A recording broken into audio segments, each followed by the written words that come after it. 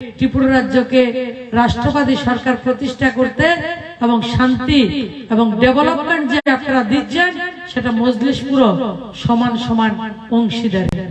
আজকের সবার সম্মানীয় সভাপতি গৌরাঙ্গ ভৌমিক মহোদয় এই মজলিশপুর বিধানসভার জনপ্রিয় বিধায়ক তথা রাজ্যের মাননীয় মন্ত্রী ইয়াং এনার্জেটিক যুবদের প্রেরণা শ্রী সুশান্ত চৌধুরী মহোদয়, অসিদ্ধা রয়েছেন সজলদা আর অন্যান্যরা, দূর এবং কাছ থেকে ঘরে বসে যারা আমাদের কথা শুনছেন সবাইকে আমার শুভেচ্ছা অভিনন্দন। যারা আমার গুরুজনরা রয়েছেন আপনাদেরকে আমার প্রণাম। 2018 সালে আমরা ভিশন ডকুমেন্ট আপনাদের সামনে প্রস্তুত করেছিলাম। আজকে কমরেডরা আমাদের ভিশন ডকুমেন্ট সম্বন্ধে আমাদেরকে সরাসরি তো বলতে পারে না, শুধু মিডিয়া সোশ্যাল মিডিয়ার মাধ্যমে আমাদেরকে কটাক্ষ করার চেষ্টা করছে।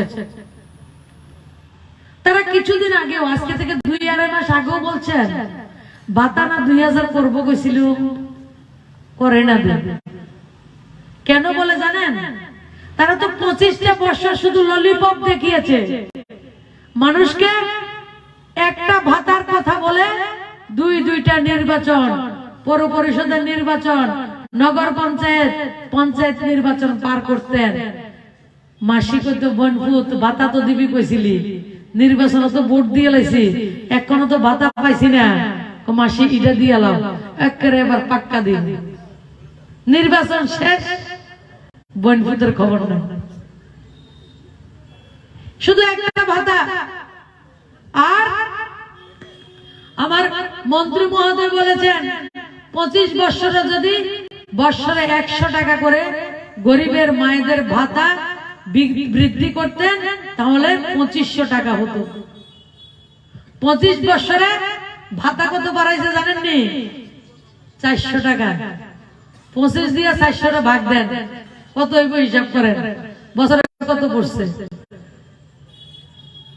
সিপিএম ভাতা কত দিত?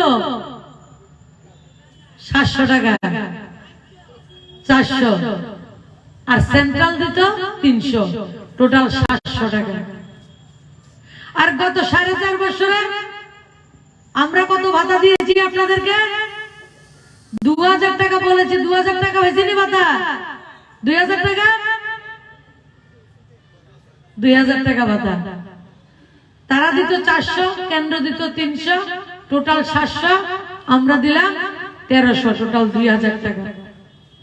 আগে ভাতার জন্য বয়স্ক মা বাবা তাদেরকে বলা হতো মিছিলে যায়েন, নাহলে ভাতা কাটতে দেব। বয়স্ক মা বাবা লাঠি ভর দিয়ে তাদের আতঙ্কে ভয়ে মিছিলে আসতেন। যারা আসতে পারতেন না তাদের ভাতা জুটত না। আমরা যখন মানুষের কাছে যাই, মায়েদেরকে যখন বলি আমরা 30,000 ভাতা দেব, আপনি কাগজপত্র জমা করুন, বলছে বহুত জমা করছি, আর করতাম না।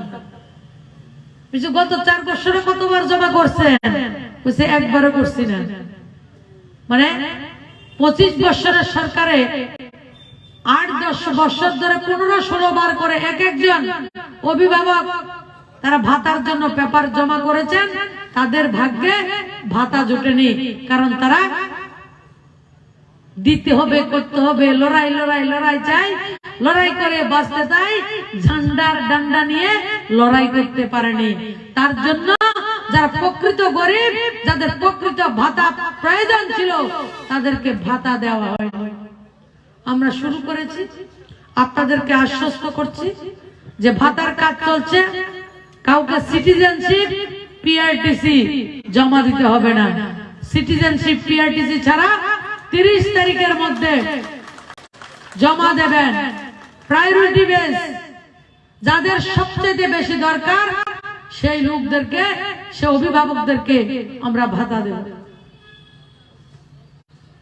প্রধানমন্ত্রী আবাস যোজনায় ঘর। কমিউনিস্টের বন্ধুরা কয় ঘরের লিস্ট তো আমরা করে আইছি। আরে আপনারা যদি ঘরের লিস্ট করতেন 93 থেকে 2014 কংগ্রেসের সরকার ছিল, দিল্লিতে যে কংগ্রেসের সরকার, ত্রিপুরাতে আপনাদের সরকার এক নাগারে ছিল, কংগ্রেসের সরকার কিছু সময় ছিল না, বিজেপির সরকার ছিল। আপনারা তখন কেন ত্রিপুরা রাজ্যে প্রধানমন্ত্রী আবাস যোজনা ঘর দিতে পারেননি? একটা পঞ্চায়েতে বছরে 5টা 6টা করে ঘর আসতো, কমরেডদেরকে ঘর দেয়া হতো। আজকে এই মজলিশপুরে গত 4.5 বছরে 6335 খানা প্রধানমন্ত্রী আবাস যোজনা ঘর ডি ক্যাটাগরি এবং সি ক্যাটাগরি আমরা আপনাদেরকে দিতে পেরেছি। দল মত ধর্ম পন্থা নির্বিশেষে যাদের প্রয়োজন রয়েছে প্রত্যেককে ঘর দেওয়া হয়েছে। আপনাদেরকে আশ্বস্ত করছি, যতজন এখনো আপনারা ঘর পাননি, প্রত্যেকটা গরিব অংশের মানুষকে, যে জাতের হোক, যে রাজনৈতিক দলের হোক, আপনাদের প্রত্যেককে আমরা ঘর দেব। আপনারা বিচলিত হবেন না, আপনারা বিভ্রান্ত হবেন না, প্রত্যেককে আমরা ঘর দেব। এই মজলিশপুর আমরা ধান চালের জন্য খুব প্রসিদ্ধ। আগে ধানের মার্কেট ছিল না, আজকে কৃষকের ধান 2040 টাকা সরকার কিনে। আজকে কৃষককে ভাবতে হয় না যে আমি যে ধান উৎপাদন করছি আমার ধানের মার্কেট কোথায়, আমার ধানের ক্রেতাকে আমি কার কাছে বিক্রয় করব। আজকে কৃষক সিনা ঠুকে বলে আমি ধান উৎপাদন করব, আমার প্রধানমন্ত্রী আমার ধান কিনবে।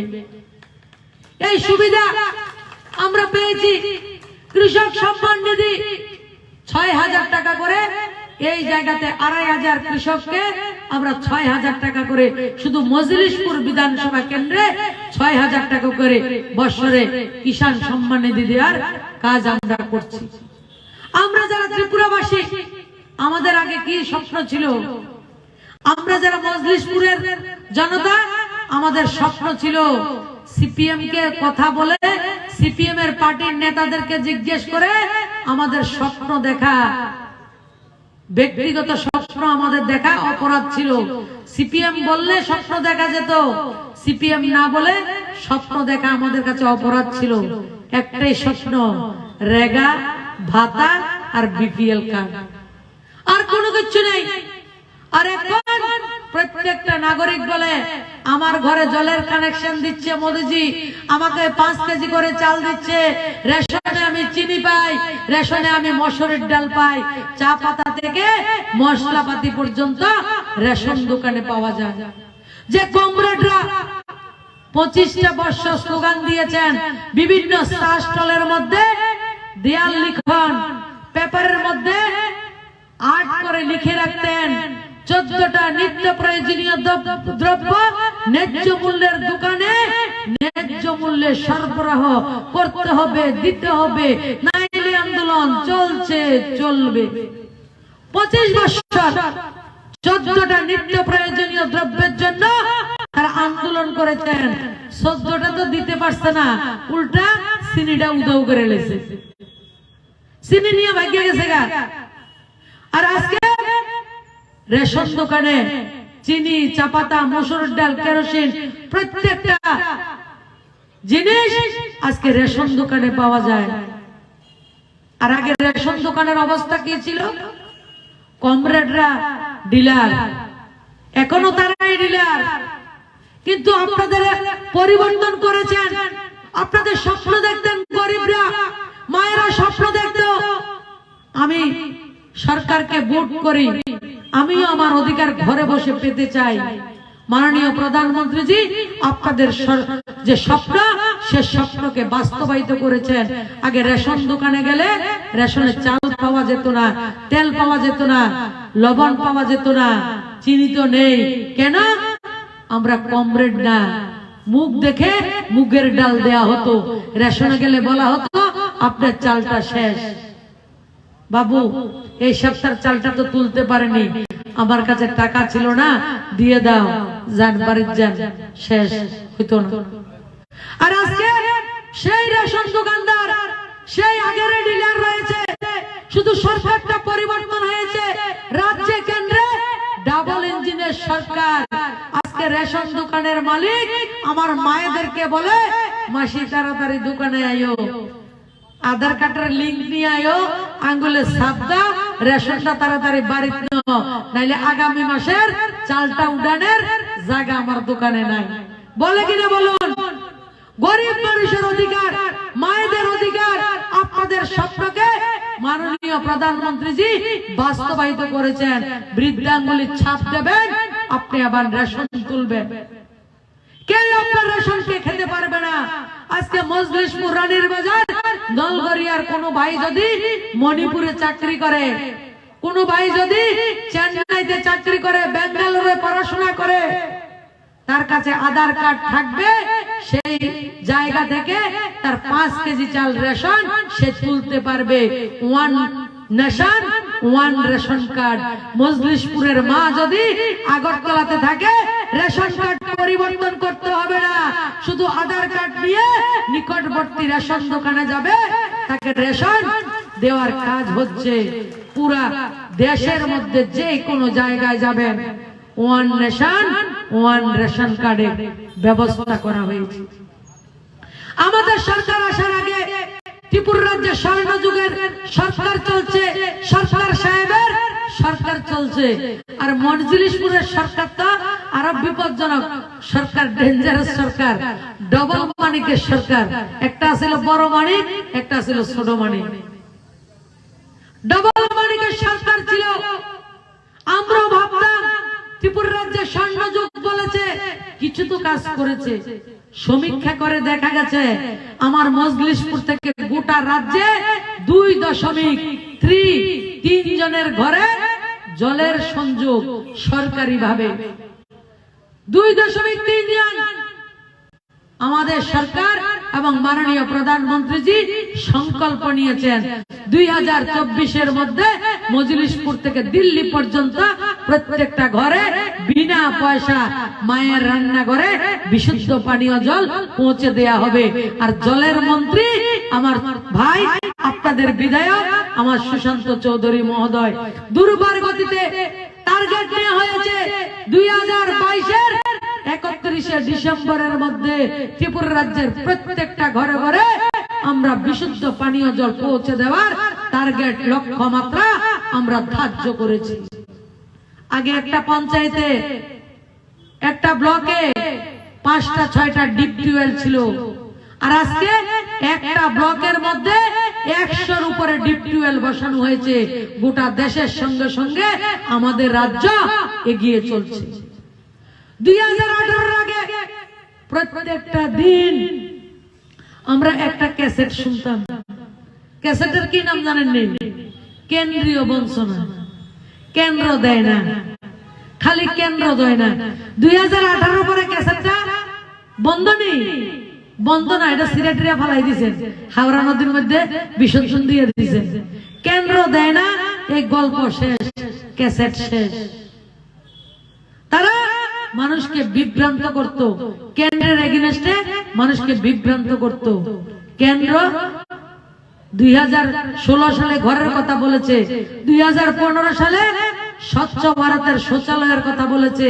কমরেডরা শৌচালয় দেয়নি, কারণ তাদের স্বপ্ন ছিল ত্রিপুরা রাজ্য থেকে কখনো সিপিএম এর সাম্রাজ্যের পতন হবে না, এমন দুঃস্বপ্ন ওনারা দেখেছিলেন। মানুষকে শৌচালয় দেয়নি, উজ্জ্বলা যোজনায় গ্যাসের কানেকশন দেয়নি। আমাদের সরকার আসার পরে গত 4.5 বছরে আমরা মায়েদের সম্মান রক্ষার জন্য ইজ্জত ঘর 3,03,000 শৌচালয় নির্মাণ করে দিয়েছি। মাদের সম্মান ভারতবর্ষের প্রধানমন্ত্রী মোদীজি ইজ্জত ঘর নির্মাণ করে দিয়েছে। এই রাজ্যের সাথে সাথে গোটা দেশের আমরা উজ্জ্বলা যোজনা গ্যাসের কানেকশন দিয়েছি। এই ত্রিপুরা রাজ্যে 4.5 বছরে 2,50,000 আমরা উজ্জ্বলা যোজনায় গ্যাসের কানেকশন দিয়েছি। 2016 সালে গ্যাসের কানেকশন শুরু হয়েছে, কমরেডরা আপনাদেরকে দেয়নি। কাদেরকে দেয়নি? যারা মাথার ঘাম পায়ে ফেলে 25টা বছর সিপিএম কে ক্ষমতায় রেখেছিল, সে সিপিএম কো গ্যাসের কানেকশন থেকে তারা বঞ্চিত করেছে।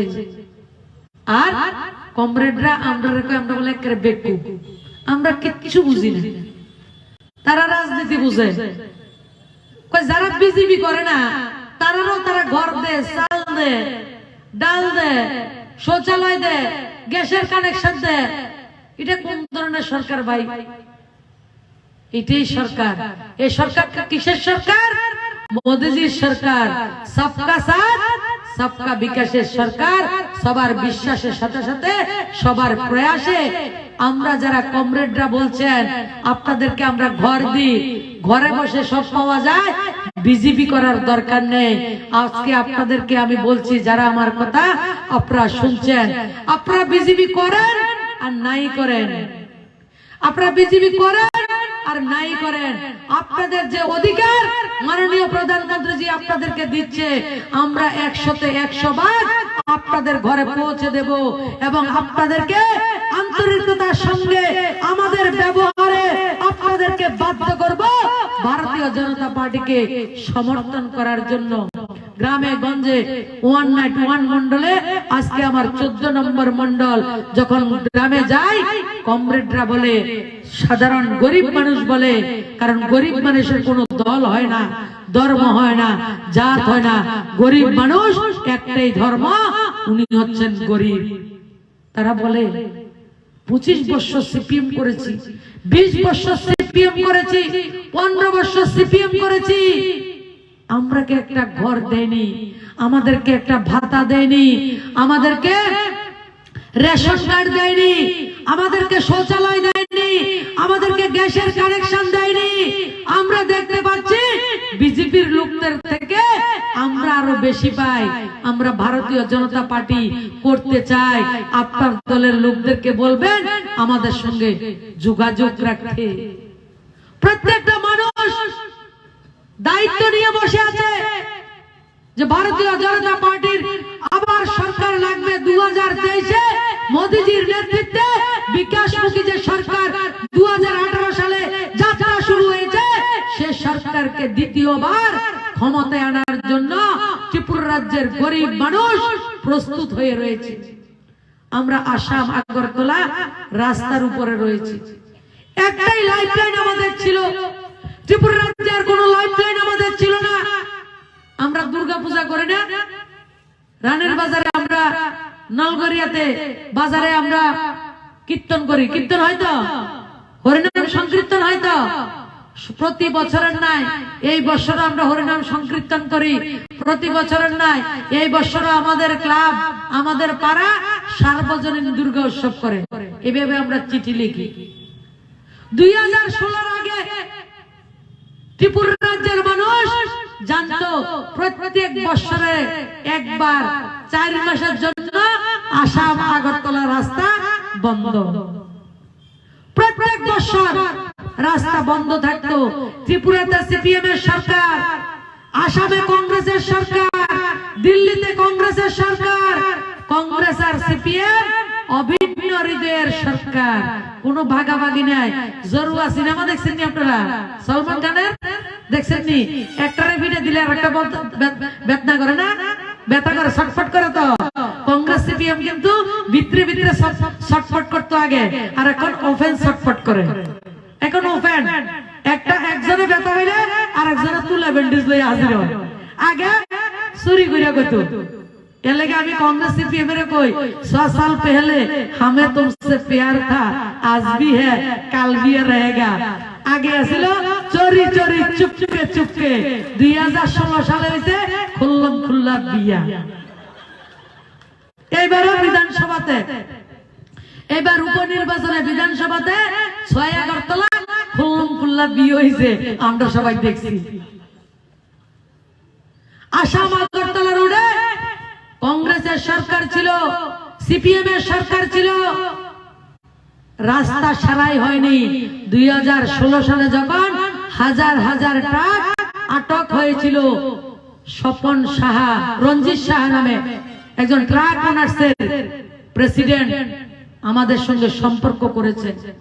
আমরা সর্বানন্দ সোনোয়ালজির সঙ্গে এক সিএম সাহেব কথা বলেছিলেন। এক সিএম সাহেব বলছেন, আমি এমপি না, আমি এমএলএ না, রাজ্য সরকার আমাকে কেন বলছেন? উনি বলছেন, এমপি এমএলএ মুখ্যমন্ত্রী সবাইকে বলেছি আমাদের গাড়িগুলি বাঁচান। কোটি কোটি টাকার হাজার হাজার ট্রাক গাড়ি লাইন ধরে দাঁড়িয়ে রয়েছে, আমাদের সর্বস্ব শেষ হয়ে যাবে, রাস্তাটা ঠিক করে আমাদের গাড়িগুলিকে বাঁচিয়ে দিন, আমাদের পরিবারগুলোকে রক্ষা করুন, ত্রিপুরাকে রক্ষা করুন। তৎকালীন সময়ের তিনি রাজ্য সভাপতি ছিলেন, তিনি নীতিন গাডকারির সঙ্গে কথা বলেছেন, সর্বানন্দ সোনোয়ালের সঙ্গে কথা বলেছেন। 2016 সালের জুলাই মাস ভারতবর্ষের প্রধানমন্ত্রী তৎকালীনের ডিএম নর্থ ডক্টর মুহাম্মদ, যিনি সদর ডিএম ছিলেন, রাত্রি 10:30টাতে ভারতবর্ষের প্রধানমন্ত্রী 2016 সাল জুলাই মাস রাত্রি 10:30টায় ডক্টর মুহাম্মদ সাহেব ডিএম কে ফোন করে বলছেন, ডিএম সাহেব আমি ভারতবর্ষের প্রধানমন্ত্রী বলছি, আপনার কষ্ট হবে না তো? 10:30টায় ফোন করেছি রাত্রিতে। ডিএম তো বিশ্বাসে করতে পারতেছে না। আরে খাইছে রে, যে রাজ্যে চাকরি করি মুখ্যমন্ত্রী কোনোদিন ফোন করে না, মন্ত্রীরা আপনারা ফোন করে খবর লয় না, এই জায়গায় প্রধানমন্ত্রী ফোন করছে। কয়েক সেকেন্ড নিজেরা নিজে বিশ্বাস করতে পারছেন না। মোহাম্মদের সঙ্গে খুব কথা কইছি আমি। তারপরে উনি বলেছেন প্রধানমন্ত্রী যে ত্রিপুরা রাজ্যের লাইফলাইন 37 লক্ষ ত্রিপুরাবাসী কষ্টে রয়েছে, আগামী দিন আপনি এমন জায়গাতে যাবেন সমস্ত কিছু ব্যবস্থা থাকবে। আমি চাই যত অর্থের প্রয়োজন হয়, যত সুযোগের প্রয়োজন হয়, যত সুবিধা দরকার আপনাকে দেয়া হবে। এক সপ্তাহের মধ্যে 37 লক্ষ ত্রিপুরাবাসীর লাইফলাইন আমি ঠিক করে দেবেন, আমার অনুরোধ রইল আপনাকে। এই হচ্ছে প্রধানমন্ত্রী। আমরা কেন্দ্রীয় মন্ত্রণালয়ের কথা শুনতাম, আজকে পর্যন্ত 1 ঘন্টার জন্য আসাম আগরতলা লাইফলাইন আমাদের বন্ধ হয়নি। অত্যন্ত আনন্দের সঙ্গে বলছি, গর্বের সঙ্গে বলছি, ত্রিপুরা রাজ্যের মানুষের অধিকার ছিল 40-50 বছরে একটা লাইফলাইন, একটা ন্যাশনাল হাইওয়ে। 4.5-5 বছরে মোদিজির 8 বছরের শাসনে কয়টা ন্যাশনাল হাইওয়ে? 7খানা ন্যাশনাল হাইওয়ে, 7খানা।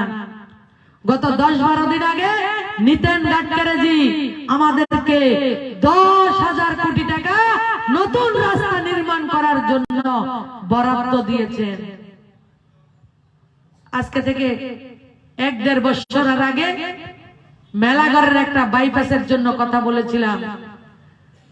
মাতার বাড়ি থেকে শ্রীমন্তপুর মেলাঘর হয়ে কুমিল্লা পর্যন্ত ইন্টারন্যাশনাল রাস্তা নীতিন গাডকারি বরাদ্দ দিয়েছেন মোদিজির নেতৃত্বে।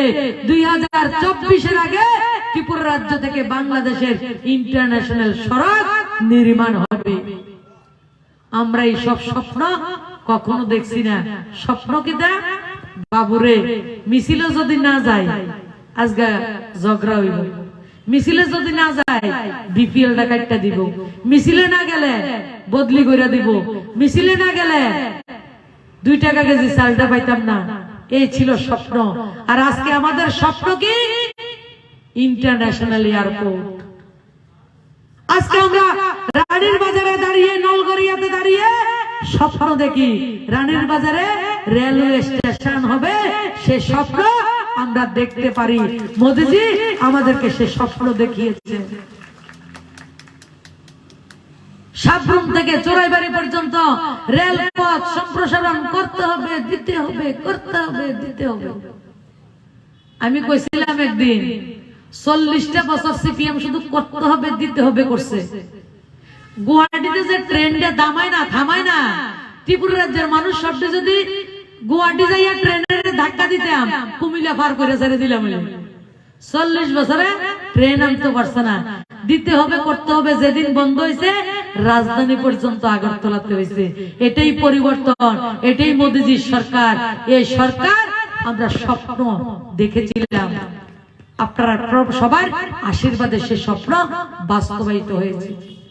আমরা যারা ত্রিপুরাবাসী, আমরা যারা মজলিশপুরবাসী, আমরা যদি দিল্লি, বোম্বে, বেলুর ডাক্তার দেখাতে যাইতাম, আমরা কইতাম কোত্থেকে আইছে, ত্রিপুরার থেকে আইছি। কেউ চিনে না, নেটওয়ার্কে কাভার হয় না কেউ ত্রিপুরা কই আছে। 18 আগে কেউ ত্রিপুরা চিনে না। আক্কের রাগ টাক করে কইতাম রাজধানীর নাম হয়তো বা জানবো, আগরতলাতে আইছি, আগরতলা সে আয়া হুঁ, আগরতলা সে আয়া হুঁ। চিনে না। ওই দিকের মানুষ আমরা কয় গুয়াহাটি কা অন্দর হে ক্যা, গুয়াহাটির ভিতরে নেই ত্রিপুরা। লাস্টে তো গুয়াহাটি অব্দি কইলে তো ভালোই লাগে, লাস্টে কয় বাংলাদেশ কা অন্দর হে ক্যা, ত্রিপুরা বাংলাদেশের ভেতরে। আজকে যে পরিচিতি আমাদের ছিল না, আমাদের কোন ধরনের আইডেন্টিটি ছিল না, ত্রিপুরাকে কেউ জানতো না, মাননীয় প্রধানমন্ত্রী গৌরবে আত্মপ্রকাশ করতে চলছে। 3-4 মাস সময় দেবেন, সেই কাজ সম্পূর্ণ হবে। সময় দিতে হবে। এই 5 বছরের মধ্যে 2 বছর কোভিড ছিল। কোভিডের মধ্যে আমরা চিন্তিত ছিলাম মানুষকে কিভাবে রক্ষা করব। সরকার আমাদের, কিন্তু মনের মধ্যে একটা বিশ্বাস ছিল মোদি হেতা, মোদি হেতা মুমকিন হ্যাঁ। এই প্রথম স্বাধীন ভারতবর্ষে 9 মাসের মধ্যে 2টা ভ্যাকসিন বিকশিত হয়েছে। আমাদেরকে ভ্যাকসিন দিয়েছে, আমাদের প্রাণকে রক্ষা করেছে, খাবার দিয়ে রক্ষা করেছে, ভ্যাকসিন দিয়ে আমাদেরকে রক্ষা করেছে। প্রত্যেকটা কৃষক হোক, শ্রমিক হোক, মা হোক, প্রত্যেককে যার যার অধিকার আমাদের এই সরকার সুনিশ্চিত করেছে। মাননীয় প্রধানমন্ত্রীজি বলেন নারী শক্তি, সশক্ত মহিলা, শক্তিশালী মা, শক্তিশালী ভারত। মা শক্তিশালী হবে, ভারতবর্ষ শক্তিশালী হবে। মায়ের হাতে রোজগার থাকবে, পরিবারের অশান্তি কম হবে, ছেলে মেয়ে পড়াশোনা করবে, ছেলে মেয়ের ডাক্তার দেখানো থেকে সবকিছু ভালো হবে। তার জন্য সেলফ হেল্প গ্রুপের ব্যবস্থা করেছে। বিগত দিনে আমাদের সরকার আসার আগে ত্রিপুরা রাজ্যে মাত্র 4000 সেলফ হেল্প গ্রুপ ছিল। সেলফ হেল্প গ্রুপ করতে গেলেও নেতার বউ লাগে, নেতার মা লাগে, নেতার বোন লাগে, নাহলে নেত্রী লাগে। সেলফ হেল্প গ্রুপও করতে দেরা মাত্র 4000। কমরেড যারা আছেন, আমি চ্যালেঞ্জ করছি আপনাদেরকে, আপনারা মানুষের অধিকারকে 25টা বছর শুধু লুণ্ঠন করেছেন, আপনারা মানুষের অধিকারকে হরণ করেছেন। আপনাদের নৈতিক কোনো অধিকার নেই মানুষের সামনে আপনারা গিয়ে দাঁড়াতে পারেন, এমন কোনো কাজ করেননি।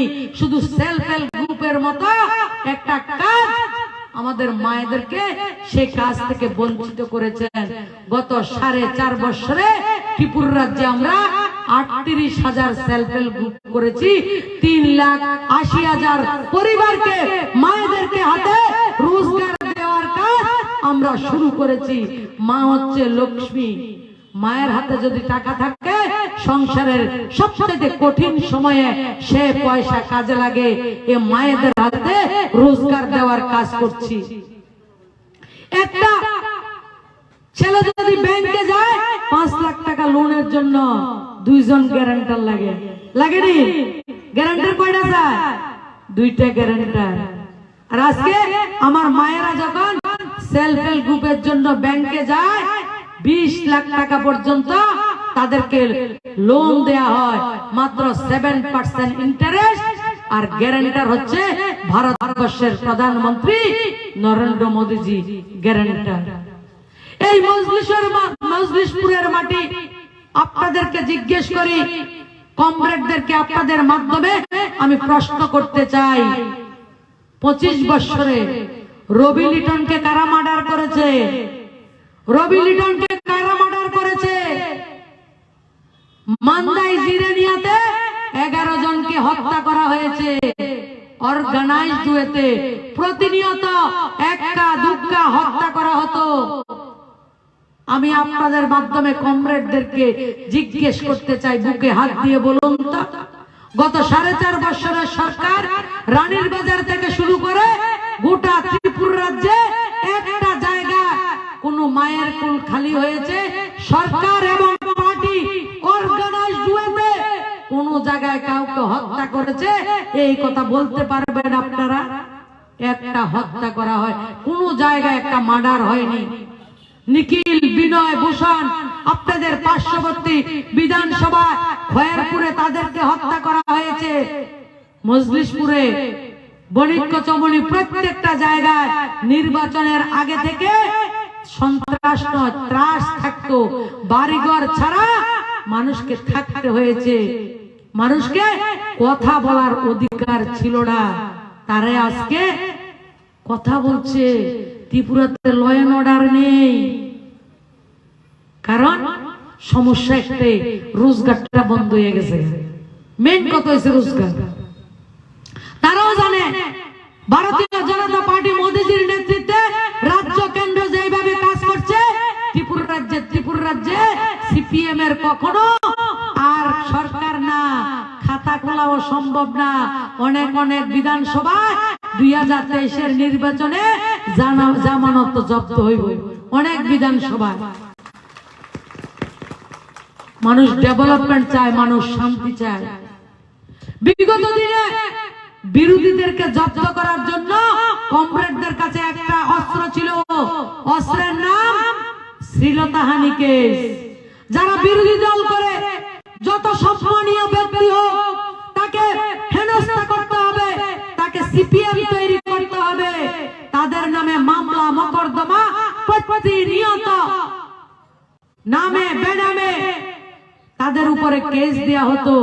কমরেডদেরকে বলছি, বন্ধুরা, আমরা তো বিরোধী দল ছিলাম, আমাদেরকে হত্যার কেস, মার্ডার কেস থেকে শুরু করে শ্লীলতাহানি সবচেয়ে নোংরা কেস আপনারা দিয়েছিলেন। আপনারা আপনাদের দলের এমএলএ বিধায়ক মনোরঞ্জন আচার্যকেও ছাড়েননি। বুকে হাত দিয়ে বলুন, গত 4.5 বছরে একটা এমন মামলা আপনারা দেখান যে আমরা কাউকে এমন ধরনের মিথ্যা মামলায়, শ্লীলতাহানির মামলায় তাদেরকে আমরা ফাঁসিয়েছি। আরে শ্লীলতাহানি কিটা অরিজিনাল কেসও তো আমরা দিতাম যাই না। সবকা সাথ সবকা বিকাশের পার্টি আপনারা তাণ্ডব করেন, কারণ আপনারা মিথ্যা কথা বলাটা আপনাদের পেশা, দুর্নীতি আর সন্ত্রাস করাটা আপনাদের নেশা। 25টা বছর সেই কাজগুলি আপনারা করেছিলেন। আপনাদের যে গাড্ডা করে গেছেন না, বড় বড় গর্ত করে গেছেন, এই 5 বছরে গর্ত সমান করছি আমরা। যা যা সম্ভব আমরা দিয়ে আরম্ভ করছি। 2018 সাল থেকে 23 সালের যে মেন 5 বছর আপনাদের ডেভেলপমেন্টের পাশাপাশি সিপিএম এ যে গর্তটি করে গেছে, বড় বড় গর্ত, এই গর্ত পুরানের কাজ করতেছে সরকার। আর 2023-এর নির্বাচন হবে আমাদের ভবিষ্যৎকে আরো সুন্দর করবে, নির্মাণ করার নির্বাচন হবে 2023-এর নির্বাচন। 2018 সালে মানুষের একটাই বক্তব্য ছিল, আমরা শুধু পরিবর্তন চাই, আমরা বাঁচার অধিকার চাই, আমরা কথা বলার অধিকার চাই, আমার আর কিচ্ছু দরকার নেই। আর 2023-এর নির্বাচন হচ্ছে আমাদের ভবিষ্যৎ প্রজন্মকে এগিয়ে নিয়ে যাওয়ার জন্য, সর্বশ্রেষ্ঠ ত্রিপুরা রাজ্য নির্মাণের জন্য হবে 2023-এর নির্বাচন। বন্ধুরা, বিরোধী দলের কাছে কোনো ইস্যু নেই, বিরোধী দলের কাছে নেতৃত্ব নেই। গত 21 তারিখে আস্থা বলে একটা মিটিং ছিল, সব ওল্ড এজ হোমের নেতারা ছিল এর মধ্যে, যুবকের চেহারা পর্যন্ত নেই। আমাদের মঞ্চেও যুবক, নিচেও যুবক, উপরেও মায়েরা রয়েছে, নিচেরও সমান সমান মায়েদের ভূমিকা রয়েছে। তাই সবার কাছে আবেদন করার জন্য এসেছি, মাননীয় প্রধানমন্ত্রীজি যে যে কাজগুলি আমাদের জন্য দিয়েছে ভারতীয় জনতা পার্টির রাজ্যের সরকার, প্রত্যেকের কাছে সবকিছু আমরা পৌঁছে দিয়েছি। অনেকের মনে প্রশ্ন জাগতে পারে, দিল্লি এনে দিছে, আপনারা কিটা করছেন? উত্তর পূর্বাঞ্চলের যে রাজ্য, আমরার কাম হয়েছে ডাক পিয়নের কাজ করুন। আমরা পিয়ন, আমাদের রোজগার নেই। ত্রিপুরা রাজ্যের কমিউনিস্টের সময় ত্রিপুরা রাজ্যের বছরের রোজগার ছিল 800 কোটি টাকা। আমাদের সরকার আসার পরে সেটা 3200 কোটি টাকা হয়েছে। 100% আমরা সেন্ট্রাল গভর্নমেন্টের উপরে নির্ভর করে আমাদের রাজ্য চলে। একমাত্র আসাম রাজ্য, দিল্লি যদি টাকা না দেয় মাত্র 3 মাস চলতে পারে। ভারতবর্ষের আমাদের আসামকে বাদ দিয়ে মণিপুর, মিজোরাম, নাগাল্যান্ড, অরুণাচল আমাদের 1 সপ্তাহ চলা কঠিন রয়েছে। তাই বিজেপি সরকার ত্রিপুরাতে রয়েছে, তার জন্য আপনারা ঘর পান। যদি বিজেপি সরকার দিল্লিতে থাকতো, ত্রিপুরা রাজ্যে যদি 5 কেজি করে চাল পাঠাইতো, পাইতেননি আপনারা? পাইতেননি? নেতারা সব বাটবাটোয়ারা করতো। কমরেডরাও যদি কইতো, শুনছিলাম তো মোদি 5 কেজি চাল পাঠাইছে, আমরা দেননি, লাগবে না, লাগবে না, বাড়ির যা বিজ্ঞা থাক, কুত্তা সামলা। কাউরে দেওয়া হইতো না। কৃষক সম্মান নিধি নেতারার নামে দেওয়া হইতো। উজ্জ্বলা যোজনা গ্যাসের কানেকশন 2016 থেকে শুরু হয়েছে, দিছে না কাউরে। আমরা চেষ্টা করার পরে 34,000 দিয়েছিলাম। 2018-তে ক্ষমতা আসার পরে আজকে আমরা উজ্জ্বলা যোজনা গ্যাসের কানেকশন দিতে পেরেছি। ছোট রাজ্যের মধ্যে কেন্দ্রীয় সরকারের প্রকল্প ভারতবর্ষের সবচেয়ে, যদি কোন রাজ্যে তৃণমূল স্তর পর্যন্ত লাস্ট মাইল স্যাচুরেশন, লাস্ট ব্যক্তি থেকে অন্তিম ব্যক্তি পর্যন্ত পৌঁছানোর কাজ ভারতীয় জনতা পার্টির ত্রিপুরা রাজ্যের সরকার, আমাদের বিধায়করা, আমাদের জনপ্রতিনিধিরা আপনাদের কাছে পৌঁছে দিয়েছে। সেই অধিকার নিয়ে আজকে আপনাদের সামনে প্রস্তুত হয়েছি। আগামী দিন যারা পেয়েছেন তারা আরো পাবেন, যারা পাননি তাদেরকে দেওয়া হবে। আপনাদের অধিকার আমরা বঞ্চিত করব না। আপনাদের অধিকার আমাদেরকে সমর্থন করুন না করুন, আমরা কিন্তু আপনাদের হক আপনাদের কাছে পৌঁছে দেব। সেই কথাগুলি বলে আমার কথা বলা শেষ করছি। ভারত মাতা কি, ভারত माता की, बंदे बंदे नरेंद्र मोदी जी, जय पी नड्डा जी, अमित शाह जी। आप सबको माता त्रिपुर सुंदरी का पावन भूमि, सुरों का जादूगर एस.डी. बर्मन का भी इस भूमि त्रिपुरा है। और माननीय प्रधानमंत्री जी के द्वारा जो अष्टलक्ष्मी का नॉर्थ ईस्ट को दर्जा दिया गया, अष्टलक्ष्मी का एक लक्ष्मी हमारी त्रिपुरा है। और ऐसे नॉर्थ ईस्ट का जो परिचय है वो भू राजनीतिक नहीं है, भू सांस्कृतिक है। बहुत सारी जाति जनजाति का सुंदर एक क्षेत्र है नॉर्थ ईस्ट, और ग्रीनरी नॉर्थ ईस्ट का ब्यूटी है। ऐसा नॉर्थ ईस्ट का छोटा सा एक हमारा स्टेट राज्य त्रिपुरा हमारे विभाग के द्वारा तरफ से, और खास करके मैं त्रिपुरा से हूँ, आप सबको मैं स्वागत करती हूँ त्रिपुरा की तरफ से माता त्रिपुरा सुंदरी की पावन भूमि में।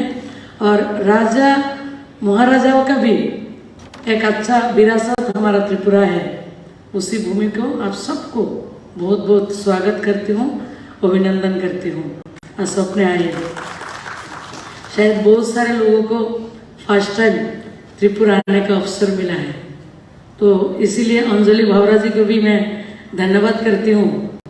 और उनके साथ और भी एक कोइंसिडेंट है, हमारा विभाग का 2 सचिव होते हैं, उनका दोनों का एक्सपीरियंस है। उन्होंने दोनों एक्सपीरियंस यहाँ पर लगा के हमारे स्टेट में इतना सुंदर एक कार्यक्रम का आयोजित किया। विभाग का सभी अधिकारी को मैं धन्यवाद करती हूँ। हम इसी विभाग में जो अधिनियम और नियम में संबंधित जितने हमारी स्कीम है, इसको क्रियान्वयन करने पर अगले 2 दिवस का जो हम कर्मशाला कर रहे हैं, उसी बैठक में जो मूल ऑब्जेक्ट हमारी जो अनुसूचित जाति और अन्य पिछड़े वर्ग की शिक्षा और आर्थिक हित को आगे ले जाना, और जो हमारे वरिष्ठ नागरिक है उनको जीवन में सुधार लाने के लिए तथा नशा मुक्त भारत निर्माण करने के लिए माननीय प्रधानमंत्री जी के नेतृत्व में जो मुहिम हम लोगों ने चलाया है उसके ऊपर हमारा विभिन्न स्कीमों के ऊपर अगले 2 दिन हमारा जो कर्मशाला है सबको यहाँ पे विचार विमर्श करने का एक अच्छा अवसर, अच्छा प्लेटफॉर्म हमको मिलेगा। हम आशा करते हैं कुछ राज्यों का जो बेस्ट प्रैक्टिसेस है हम सब एक्सचेंज करेंगे, वहाँ से कौन सी स्टेट कौन सी हमारे स्कीम को अच्छा तरह लास्ट माइल डिलीवरी तक हम अच्छे कर सकते हैं, उसको भी हम यहाँ पे चर्चा होगा और हम उसको एडॉप्ट भी करेंगे। जैसे आप सबको पता है हमारी विभाग अनुसूचित जाति और पिछड़े वर्गों से संबंधित छात्रों को जो हम छात्रवृत्ति देते हैं उसको समय पर छात्रों के पास उसको पहुँचे, उसके लिए हमारा विभाग का पूरा प्रयास रहते हैं। फिर भी कुछ विलम्ब के कारण, कुछ विषय के कारण छात्रवृत्ति को लेके कुछ परेशानी आते हैं। आज सब राज्यों से जितने राज्यों हम यहाँ पे उपस्थित है तो उसको सुनिश्चित करेंगे जो हमारा आगामी जो भविष्य है हमारा स्टूडेंट जिसको पोस्ट मैट्रिक हो, प्री मैट्रिक हो, टॉप क्लासेस, टॉप कॉलेजेस जो भी स्टाइपेंड हम उसको देंगे उसको समय पर उसको उपलब्ध हो, उसके लिए जो भी करना है हम केंद्र और राज्य सब मिलके उसको सुंदर तरीके से ऑन टाइम सबको मिले, इसके ऊपर भी हम ध्यान देंगे। और वरिष्ठ नागरिक जो है सीनियर सिटीजन हमारे सोसाइटी का एक अभिन्न महत्वपूर्ण जो विषय है, महत्वपूर्ण एक अंग है। उन्होंने उनका बहुत प्रकार का उनका तकलीफ होता है, उसी तकलीफ को हम कैसे सुधार सकते हैं उसके मद्देनजर 2021 का अप्रैल महीने का 1 तारीख सरकार द्वारा अटल वयो अभ्युदय योजना का एक अम्ब्रेला स्कीम का शुरुआत किया है। उसका ऊपर भी हम चर्चा करेंगे। राज्य संघ राज्य सब मिलके हमारे सीनियर सिटीजन को कैसे हम और भी उनका जीवन को सुगम और सुलभ कर सकते हैं उसके ऊपर भी हम लोगों ने काम करेंगे और चर्चा भी करेंगे। मुझे जानकारी है प्राप्त हुई है विभाग से, हम स्टेट को बहुत सारे कामों के लिए राशि जारी करते हैं किंतु बहुत समय हम लोग को ऐसा जानकारी मिलता है जो यूसी जो समय पर नहीं मिलते, तो उसके ऊपर विभाग का दिल्ली का भी ऑफिसर है, स्टेट का भी बहुत सारे अधिकारी हम यहाँ पे उपस्थित है, उसको और भी उपयोगी कैसे कर सकते हैं, ऑन टाइम कैसे हम उसको यूसी को प्रदान कर सकते हैं और अगले राशि को हम कैसे जारी कर सकते हैं विभाग से, और स्टेट उसको लेके कैसे प्रभावी ढंग से काम कर सकते हैं उसके ऊपर भी हम लोग चर्चा करेंगे। जितने भी बाधाएं हैं उसको हम कैसे दोनों मिलके कंधे से कंधा मिला के कदम से कदम मिला के हम आगे चलने का आज उस वहाँ पे हम काम करेंगे और अपने तरफ से पूरा तैयारी के साथ हम जुटेंगे। जैसा आप जानते हैं भारत सरकार ने माननीय प्रधानमंत्री जी के नेतृत्व में कौशल विकास एक बहुत महत्वपूर्ण एक भूमिका रखते हैं। उसमें हर हाथ में रोजगार देना माननीय प्रधानमंत्री जी का एक संकल्पना है। उसके तहत हमारे विभाग में भी पीएम दक्ष करके पीएम कौशल का जो एक विषय हमारे साथ है, हम सब मिलके उसके कौशल विकास का जो कार्यक्रम है हम आयोजित करते हैं, उसको भी हम प्रभावी ढंग से कैसे लोगों को पास, जरूरतमंदों को पास कैसे पहुंचा सकते हैं, कैसे लोगों को रोजगार दे सकते हैं, उसके ऊपर भी हम चर्चा करेंगे। और ऐसे सब विषय में अब सब मिलके प्रकाश डालेंगे और बेस्ट प्रैक्टिसेस को हम एडॉप्ट करके यहाँ से जाएंगे। पुनः मैं सबको बहुत बहुत बधाई और अभिनंदन करती हूँ और सबके आग्रह करती हूँ त्रिपुरा का जो अच्छे अच्छे स्थान है आप सब जाके उसको देखेंगे और आप लोग जाके बाहर भी बोलेंगे और हमारा स्टेट पे घूमने के लिए लोग आएंगे और आगे चल के और भी कार्यक्रम हम ऐसे आयोजित कर पाएंगे। ऐसा मैं आशा करती हूँ और हमारा स्टेट गवर्नमेंट को मैं बहुत धन्यवाद करती हूँ। ऐसा एक अपॉर्चुनिटी हमको दिया है। हमारे विभाग से एक बैठक त्रिपुरा में हम लोगों ने कंडक्ट कर पाए, इसीलिए सबको बधाई। और अगले 2 दिन हम अच्छी तरीके से विचार विमर्श करके हमारे विभाग का जो फ्लैगशिप स्कीम है सबको हम लास्ट माइल जो डिलीवरी वहाँ तक